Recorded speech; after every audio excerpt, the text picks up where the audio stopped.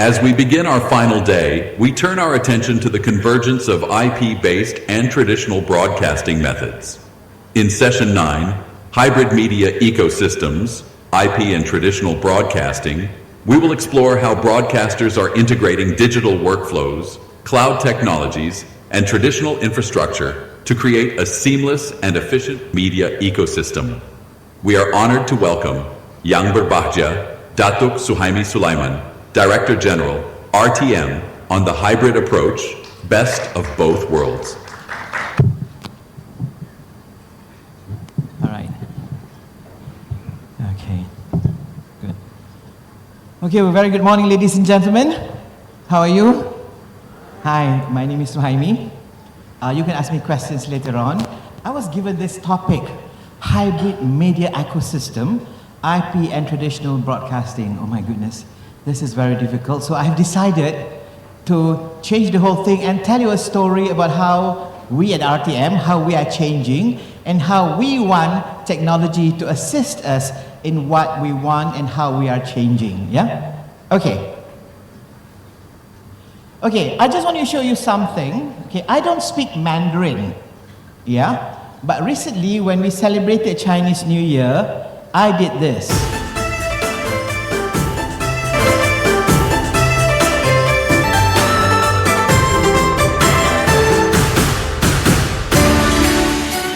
春节快乐！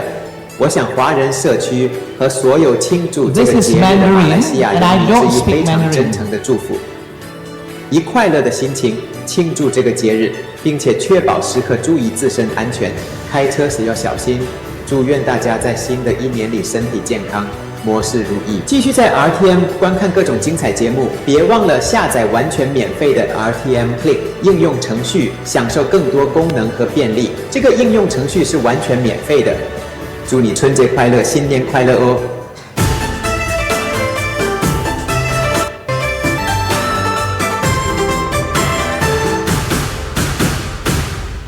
And I have checked with Mandarin speakers, and they said that my Mandarin is super duper perfect. Yeah? And this is what's happening in RTM right now. As you all know, we have a booth outside. You can talk to my colleague. His name is Shafiq. He's a very brilliant guy. He actually helped to, we actually changed our archive system. It's all AI. And moving forward, I just want to tell you a story. I've been in this industry for the last 34 years, and I started as a broadcast journalist. Yeah? When I first started as a journalist, when I go out reporting, I had a very tough editor. I was reporting to a very tough editor, and when I came back from my assignment, he would force me to transcribe every single line spoken by the person that I interviewed. Yeah, it was a very tough thing, but at that time we took things for granted. Yeah, so today the reporters coming home from assignments, you don't have to transcribe. The robot would do it for you. Yeah, the robot would present the news, and they would do scripting, they would do research, and recently on the 17th of this month. And I think when opening this event, our Deputy Minister of Communications, Madam Teo Ni-Ching, actually mentioned that we already launched our Mandarin news presented and produced by AI. So we are moving forward where we need to have more and more AI-based technology. And because of that, we also are moving into other areas that we feel that we need. Yeah? Okay, for example, right now I'm discussing, I don't know if some of you are selling technology to us, please talk to me, because we are talking to quite a number of suppliers of technology because we want to have AI to assist us in this area. Number one, sales and marketing. Can I bring this up? Yes, I hate standing behind the rostrum. So anyway, number one is in sales and marketing. This is what's happening at RTM at the moment. We have more than 200 advertisers. Yeah, we have more than 200 advertisers. And we have certain advertisers who are quite dormant, who will not spend on sponsorship and advertising. And we have some who are very, very active. yeah, some on the digital media, some on terrestrial, some on the traditional media. Now, it is very difficult to know who is active in the market. So, but with AI, this is what we want. Yeah, we're talking to people in artificial intelligence. We want a dashboard every single day in the morning for our sales executive to be told that, okay, for today, can you meet company A, company B, company C, company D, company E? So they will be the ones who will be bringing in money for RTM, because they will do the research. So for example, if a certain program targeting certain demography, then they say, okay, this is the correct demography, match it with the kind of production that you have, match it with the kind of advertisers that would come in and spend on this program. So because of that, so you don't have to waste time to go out and have dinner and have lunch, yeah? You just go straight, and because you know this is what they want. So we are moving towards that. That's number one. Number two, all decisions, normally, this is in the broadcasting world, in addition to creativity and all that, we need lots and lots of data for good business decision making. So we also need a very good dashboard to help us into decision making. The third one is, basically this is for our news and current affairs, about predicting future conversations. I'm a newsman. I was a former editor-in-chief. Now, news has always been historical. You come back, you tell the story about what happened 1 hour ago, what happened yesterday, what happened last night. Yeah? Now, if you want to be ahead of the competition, you must be able to predict what the future conversations would be, what people will be talking in 5 hours from now, what people will be talking tomorrow. So AI will be able to assist us on that. So that is very important for our news team. So we are looking for partners who would like to talk to us and show us what they can do in this area. Number 4, newsroom production management.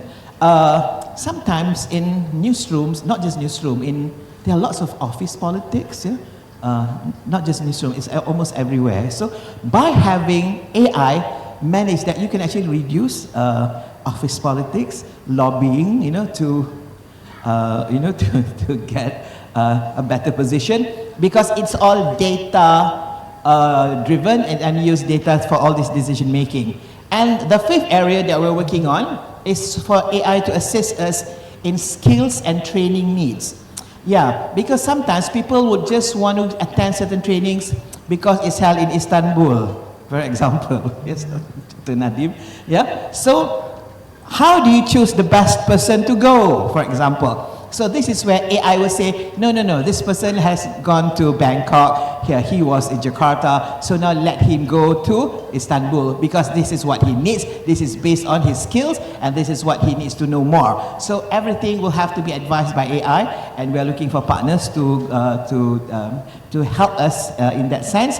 And editorial future planning, yeah? This is important because we want to be the leader. We don't want to just be people who will tell stories of the past. Okay, moving forward.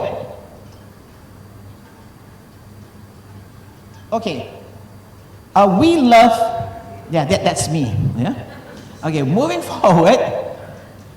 What we realized in our OTT is people love to share content. It's back to user-generated content, because many years ago, user-generated content was like a talk of the town. People love it, and after that, it died a little bit. Now it's coming back. Yeah, I'm going to play this really silly video of me, but I believe this is where things will be heading.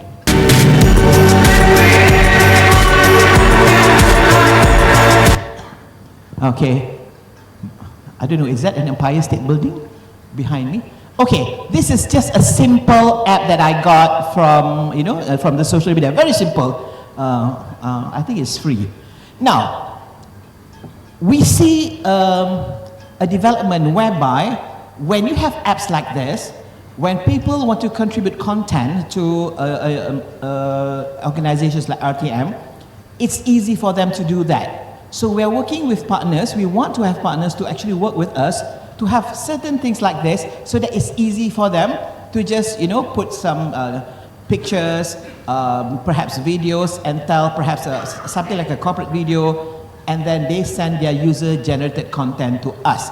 Yeah, so that's where we're heading. And another area that we also want is how AI can actually assist us in micro dramas, micro content, because that's the flavor of the year. People don't want to wait for 1 hour to watch a drama, or perhaps half an hour.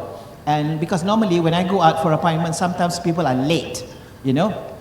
So instead of being angry, I can watch a micro drama for 2 hours, for 2 minutes and 3 minutes. Now, in order to have good ones, you know, we need AI to help us in the script writing part, whereby the AI will tell us, okay, here's where the cliffhanger should be. This is a story should be tweaked. So we are hoping to meet people to work with us on that area. And many other possibilities that we're also working on at the moment. Basically that is my presentation. So I would welcome questions later on. And for your information, we brought beautiful gifts for you if you ask questions about RTM later on. Thank you so much. What are the biggest challenges RTM has faced in transition to a hybrid model, and how were they overcome? Well, basically for us, you will always have challenges, but at the end of the day, we tell the team, this is where we want to be. This is where we want to be, and technology should actually help us to solve the problems that we have. For example, I give you an example. The reason why we have turned to AI to assist us in news production is because we have a shortage. We have a shortage of experienced people at the Mandarin desk. So in order to do that, so that's why we turn to AI, and that solves the problem. So moving forward, what we need to do is not to look at, do not be afraid of challenges. Challenges will come in whatever that we do. So as long as you're able to get to the outcome that you want to be, then I think it shouldn't be a problem at all. So for us, challenges is nothing. It's something that you face, and that's what living is all about. So as long as you know how to make changes in order to achieve the outcome that you really, really want. There are lots of challenges basically. Yeah, for example, for us, the biggest challenges is basically funding. Yeah, that's all. Not so much technology. Technology you can handle. It's the money that you need to actually do all that.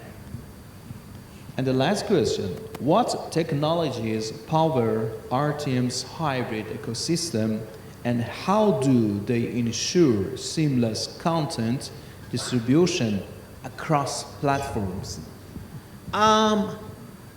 There will always be hiccups when you first start. Yeah, for us,